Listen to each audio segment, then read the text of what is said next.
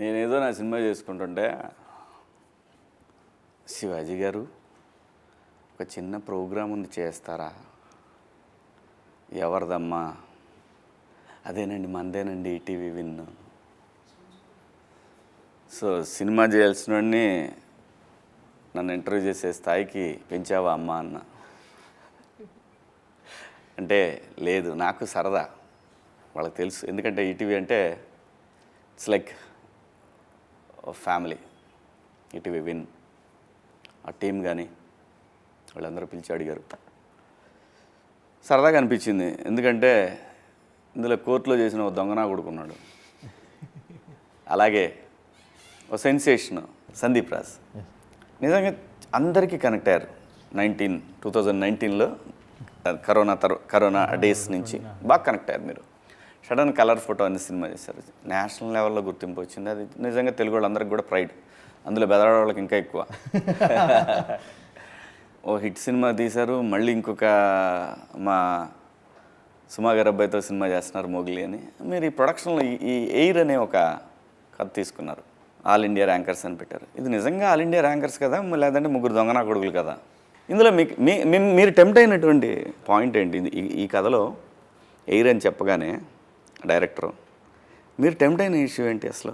So నాకు ఆ intermediate setup అన్నది ఫస్ట్ ఆఫ్ ఆల్ చాలా ఇంట్రెస్టింగ్ అనిపించింది సార్. నాకు అకాడమిక్ పరంగా మాట్లాడుతున్నట్టు అందులో ఉన్న కాన్ఫ్లిక్ట్ కూడా ఇన్బిల్ట్ ఇంటర్మీడియట్ వాళ్ళు కనెక్ట్ అయ్యేలాగానే ఉంది. ఒక లవ్ స్టోరీ ఏదో దాన్ని బేస్ చేసేసుకొని ఇంటర్మీడియట్ చెప్పడం కాకుండా చాలా కనెక్టివిటీ కనిపించింది ఇందులో. నేను కూడా అదే బ్యాక్డ్రాప్ నుంచి నేనే అదే చదువుకొని రావటం వల్ల.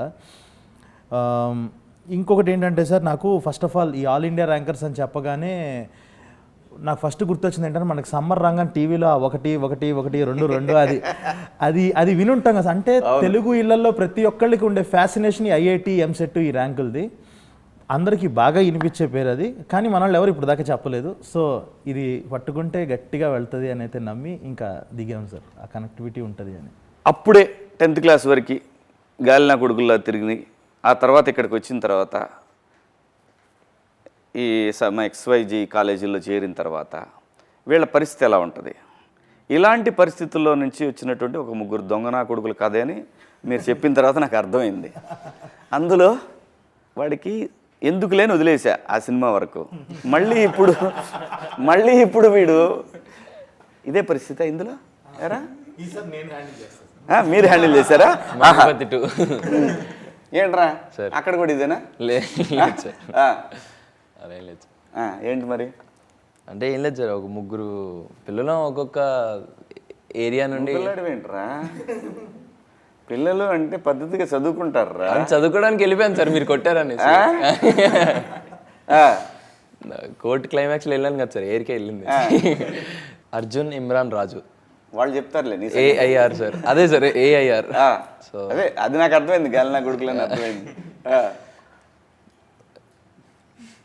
చెప్పు ఏంటి ఇందులో నీ పొజిషన్ ఏంటి, నీ పరిస్థితి ఏంటి? పరిస్థితి ఏం లేదు సార్, అంటే ఒక మిడిల్ క్లాస్ ఫ్యామిలీలో నుండి వచ్చిన ఒక అర్జున్ లాంటి క్యారెక్టర్ సార్. అర్జున్ అనే ఒక క్యారెక్టర్ ఒక మిడిల్ క్లాస్ ఫ్యామిలీ నుండి వస్తాడు సార్. వీడి అంబిషన్ ఏంటంటే 10th క్లాస్ నుండి ఒక అమ్మాయిని ఇష్టపడతాడు. వీడికంటే ఒక క్రష్ ఉంటుంది అన్నమాట. మారవా సార్? నువ్వు మారవా, తన్నాల్సిందేనా నిన్ను? సో నాకంటే ఒక క్రష్ ఉంటుంది. ఈ మైండ్ సెట్ ఏంటంటే సార్, అంటే నా క్రష్ ఎక్కడ జాయిన్ అయితే, ఏ కాలేజ్లో జాయిన్ అయితే నేను అక్కడే జాయిన్ అవ్వాలనేసి. అమ్మాయి ఎక్కడ చేరితే అక్కడ చేరాలని. దరిద్రానికి అమ్మాయి బాగా చదువుకునే దాంట్లో జాయిన్ అయింది. సో దాని తర్వాత జరిగే కాన్ఫ్లిక్ట్ నా క్యారెక్టర్ ఆర్క్లో ఉంటుంది సార్. అవునురా, ఆటోలో వాడెవడో ఆటో డ్రైవర్ ఆడి పని ఆడు చేసుకుంటున్నాడు. ఆయన ఏంటరా గోగుతున్నావు అన్నా? నువ్వు ఆటోనే కత్తలేదు, ఇంతమంది ఇంటర్మీడియట్ అమ్మాయిలు ఎలా పడుతున్నారన్నా నీకు? అంటే సార్ యాక్చువల్లీ ఆ త్రూ అవుట్ సీన్ ఆటో వేద్దాం అనుకున్నావు నువ్వు కూడా? అలాంటి ఐడియాలు ఏం లేదు సార్. ఎందుకు అడిగావు? అంటే నేనేదో కంగారులో ఆడ ఆటో ఎక్కుతాను సార్. అతను ఆటో ఎక్కితే సడన్గా ఉంటాయి కదా సార్, అంటే వైజాగ్లో మనం చాలా చూసాను, అంటే నేను చూసాను సార్ పర్సనల్లీ వైజాగ్లో. వైజాగ్ ఏంట్రా, నువ్వు ఈ ఆంధ్రప్రదేశ్ తెలంగాణ జిల్లాల్లో ఏ టౌన్లో పట్టినా షేర్ ఆటోలో పట్టితే ఎవడ పట్టినా ఇదే కథ ఉంటుందిరా. అంటే సార్ అదే డెక్కులు పెట్టుకొని ఒక అమ్మాయి ఎక్కితే ఇంకెవరు ఎక్కించుకునే వాళ్ళు కాదంట ఆ ఆటోలో. సో అలాంటి అమ్మాయిలను ఎక్కించుకునేవాళ్ళు, అమ్మాయిని ఎక్కించుకునేవాళ్ళు. సో అలాగే ఒక ఆటో వెళ్తూ ఉంటుంది, నేను ఏదో కంగారులో ఆటో ఆపుతాను. సో ఆ సీక్వెన్స్ ఏదైతే జరుగుతుందో అప్పుడు అడుగుతాను అనమాట, ఏంటన్నా అన్న అదే అదే సార్ ఆటోలో వెళ్తున్నప్పుడు ఆ సీక్వెన్స్ అంటే సార్ మళ్ళీ ఏది చెప్తే ఏది లీక్ అయిపోద్ది అన్న భయంతో. ఇది వంక, ఇది వంక, ఏది చెప్తే ఏదో లీక్ అయిపోద్ది కదన్న. సో ఏంటన్నా, ఏ ఊరు? హైదరాబాద్. హైదరాబాదా? అంతకుముందు ఇక్కడే పుట్టాను సార్. ఇక్కడే పుట్టావా? ఏంటి మరి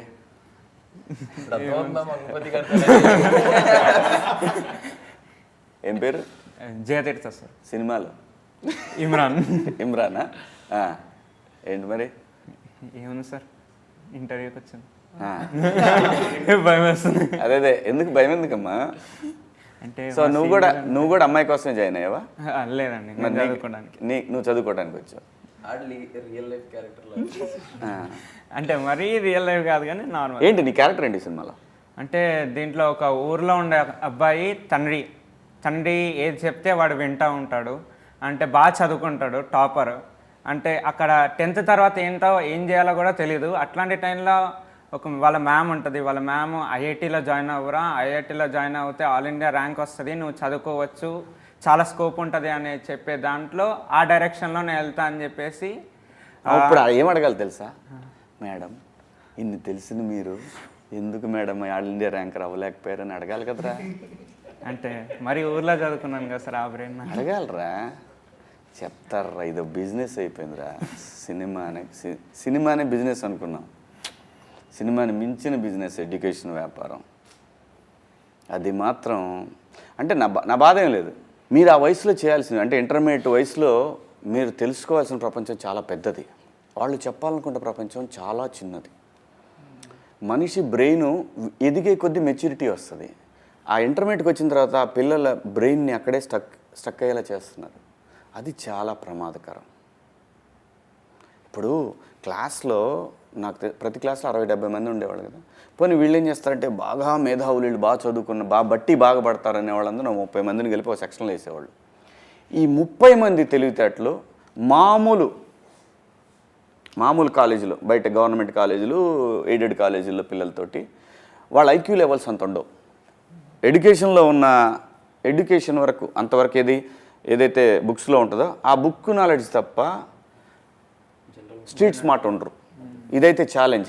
నేను నిజంగా కూడా ఏ ఎడ్యుకేషన్ సంస్థతోనైనా ఛాలెంజ్ చేస్తున్నా. ఇది ప్రమాదకరం. భారతదేశం బాగా యంగ్స్టర్స్ ఉన్న దేశం. దీన్ని మ్యాక్సిమం వాళ్ళ ఉద్దేశం ఏంటంటే మేము ఒక గొప్పగా చదువుకునే వాళ్ళందరినీ తయారు చేస్తున్నామని. ఇక్కడ కావాల్సిన చదువు కాదు.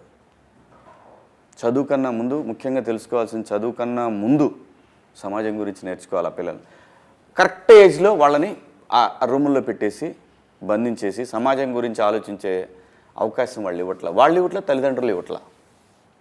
ఇది అత్యంత ప్రమాదకరం.